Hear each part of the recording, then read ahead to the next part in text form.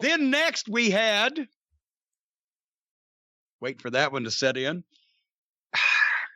Lance Archer versus Jelly Nutella. And I determined a long time ago I quit knocking this goof because this is the one guy in the business, Jelly Nutella, that wants to be known as a complete blithering dipshit, as the worst ever, as just a complete waste of flesh. But as long as somebody's talking about him, he doesn't give a shit. So there's really nothing you can fucking say to him or about him, even if it's true, that makes a fuck to the guy. Well, the one thing I get a kick out of is, there are people on this show that you don't like, and there are people I don't like as wrestlers. You have a problem with Kenny Omega. And you'll go to a lot of different places, and you'll see people say that you're crazy. Omega's the best in the world. Whatever, something like that. With Jelly Nutella, he is a rarity in that he's someone that you don't see anything in. I don't see anything in. And you go to message boards or you go to Twitter, and it's old fans, it's new fans, and almost universally, nobody sees anything. Almost universally, everyone agrees. You'll see people who love AEW that are like, why is this guy on my TV? This guy looks like crap. This guy wrestles like crap. His promos are garbage. Almost everyone agrees with that. And you know what the worst thing is about somebody like that? The worst thing about somebody like that is when you can see them actually wrestling and acting like that they are convinced in their own mind that they are good. Somehow it's like the dream sequence on Always Sunny, when the whole gang was on fucking crack or LSD or something. They thought they were doing this great musical number, and then you flash back to reality and they're just standing there screaming at the top of their lungs while people are covering their fucking ears. It's what fucking Jelly does versus what he thinks he does. Yeah, it's amazing. I mean, like I said, you can go to message boards that are very pro AEW, and in those threads, you will see people that, why is this guy on the show? This guy's not good. Is he just a after-show party mascot? Is he a pity hire? And then, of course, you have a situation like this, where you take a guy with an incredibly small amount of talent, if any, and you put him in there against a guy that's supposed to be a monster, and for some reason I can't understand, it goes past the commercial break. This glorified squash match, which should have been over in seconds, if not a minute at the most, was given 2 segments, and I can't wait to see the ratings. And apparently Jelly's mother gave him a raise in his allowance because he was able to pay whoever agented this fucking abortion to get some offense in on their new top heel, or their old top heel. He might have been going to be their top heel at one point, but that's old news. Lance Archer's deader than 4 o'clock. Lance, I love you from TNA, but you've made a bad decision with your career here. They bring him in. They give him Jake as his manager. He's supposed to be a murder hawk.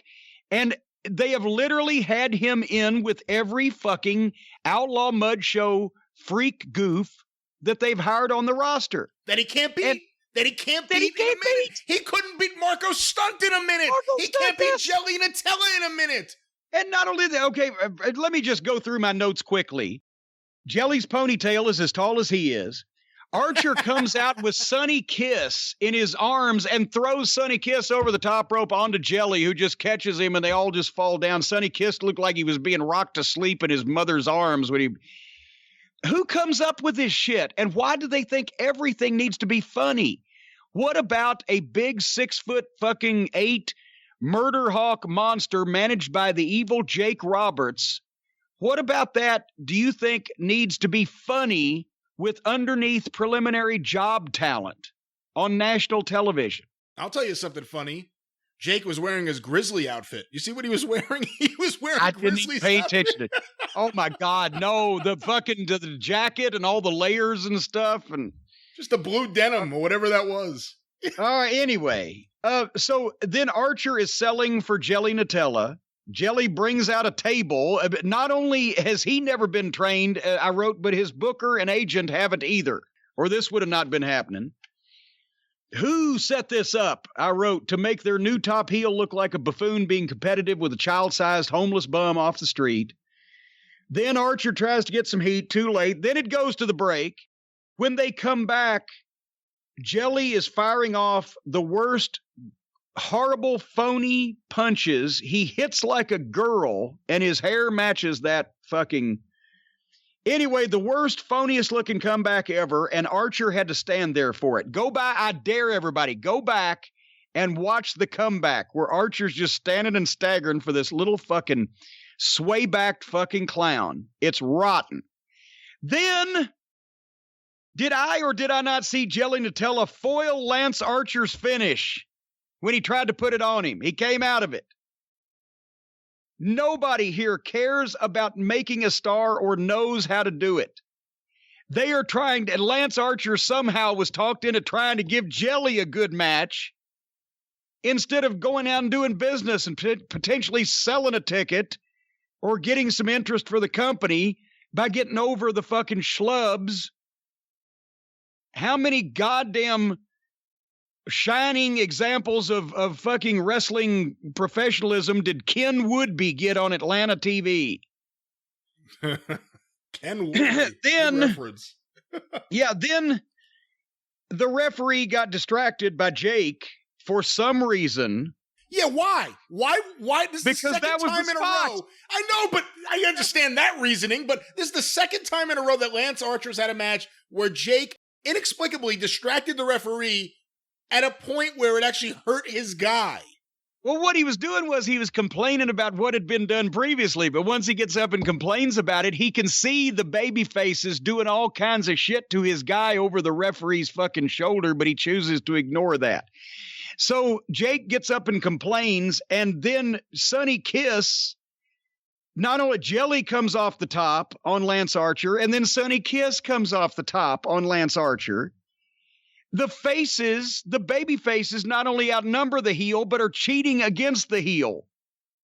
The preliminary losing job guy fucking extras are killing, beating the shit out of Lance Archer. And then Lance Archer suddenly gives Jelly his finish off the apron through a table.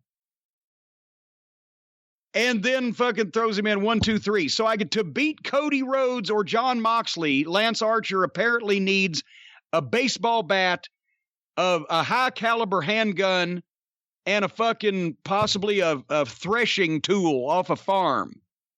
Because if it was this difficult for him to beat these two schlubs that nobody cares about, that no fans think are fucking top talent, and that are never going to be in a main event anywhere, but it takes him 20 minutes to beat them. Lance Archer versus Cody. Lance Archer versus Jon Moxley. Lance Archer versus fucking any goddamn name in the business. That instantly just became so unattractive to me and everybody else that saw this. You know, there's been a lot of questionable booking in AEW, but is there a better example than Lance Archer? They bring him in, they give him Jake. Jake comes out and does a promo confronting Cody Rhodes, one of the top stars in the company, saying that I got someone for you, Caesar. I'm bringing him in for you. Then they finally debut Lance Archer. They do that video of him beating up all these guys on a farm or wherever the hell they were. Then Jake dry humps Brandy Rhodes. And then they have the match.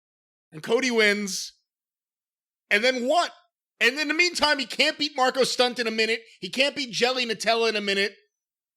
This is awful booking. This is not good booking. Just using Lance Archer as the example. It's mark booking. It's booking done by marks who have looked from the outside and decided that they know how it's done. And, oh, I remember when so-and-so did such and such, so I'll do that. And they don't have any fucking understanding or any depth of understanding of what the goddamn situation is. That's what we're seeing here. And a lot of guys going along with it because they're making a lot of money. They better enjoy it while they can.